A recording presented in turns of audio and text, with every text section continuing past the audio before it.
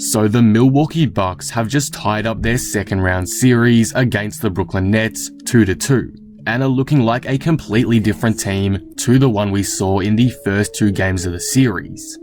Giannis Antetokounmpo has been dominant and the Bucks' surrounding cast is lifting to ensure they remain on top, with some huge performances coming from the likes of PJ Tucker, Jrue Holiday, etc. in the recent days. With the Brooklyn Nets down two superstar players, things are looking a bit concerning for them, especially considering how well the Bucks have adjusted since returning back to Milwaukee. So, should Nets fans be worried? In today's video, I'm going to be taking a look at the current situation of the Brooklyn Nets regarding their superstars and overall roster, and how I believe this affects them in the 7-game series moving forward. Before we start, if you're new here and enjoy the video, be sure to subscribe for more NBA content like this. I'm trying to reach 17,000 subscribers before July, so all support would be greatly appreciated. Anyway, with that being said, let's talk about the Brooklyn Nets. Firstly, let's talk about why Brooklyn struggled in games 3 and 4, because there is quite a disparity in performance between these two games and the prior two in games 1 and 2 of the series.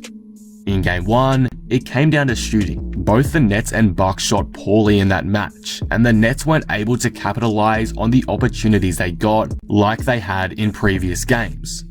Brooklyn shot over 43-point attempts in game 2 and game 3. Yet the striking difference was in game 2, they connected on over 50% of their 3-point attempts, whereas in game 3, they barely hit 30%. Obviously, shooting 50% from downtown isn't sustainable, but that 20% drop-off between games really shook the Nets' rhythm, particularly out of the gate in game 3.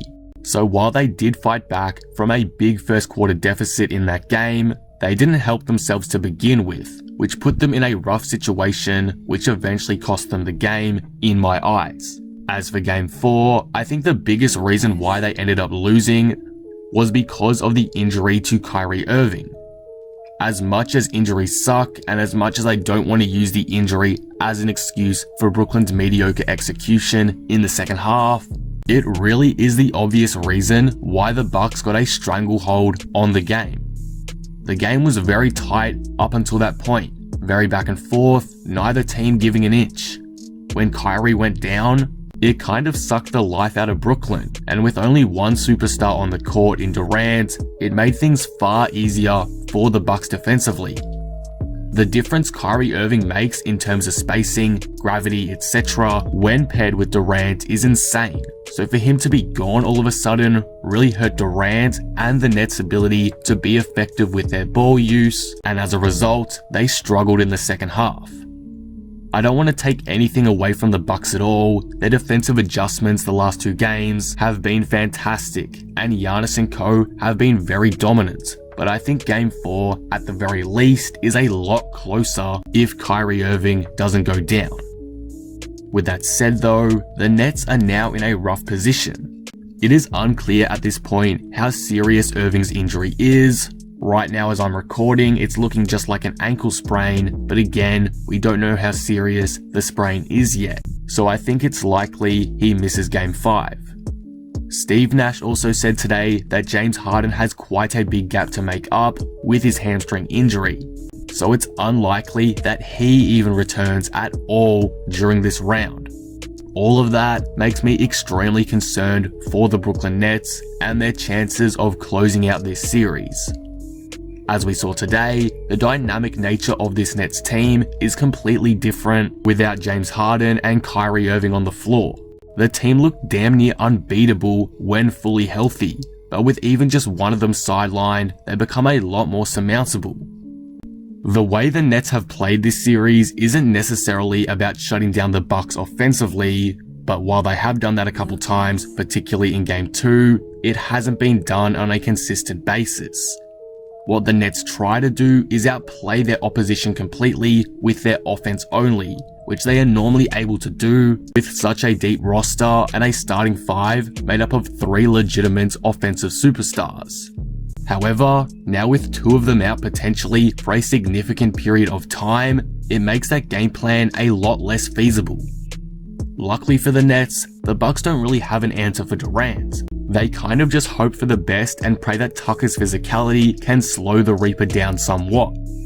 The Nets are going to have to turn their focus more so to defense now though, at least for Game 5, and at this point, I'm not sure if they are able to completely shut down the Bucks. Giannis is starting to figure things out and making the most of his mismatches, and Jrue Holiday is getting in a groove.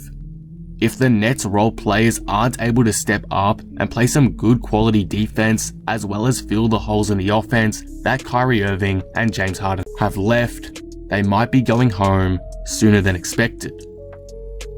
Anyway, those are my concerns with the Nets right now. Again, we don't know how serious Kyrie's ankle injury is and where that puts the Nets moving forward, so I am speculating a little bit right now. However, I think it is important to say that the Nets are going to need their role players to step up more than ever now.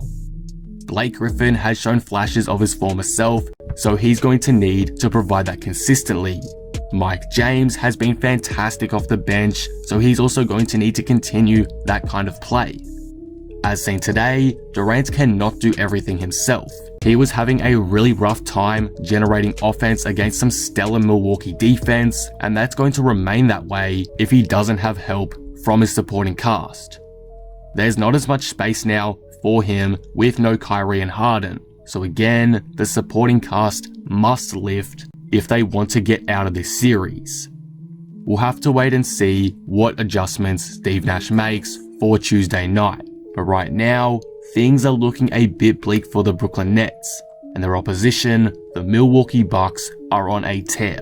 So it's going to be very interesting to see who gets up in this series from here on out. And that will conclude the video. What do you guys think of this? Who do you have winning this series from here? And what do you think the Nets need to do to overcome their injury woes? Let me know all your thoughts down in the comments below. If you enjoyed the video, be sure to drop it a like and subscribe. But with that being said, I am out. Peace.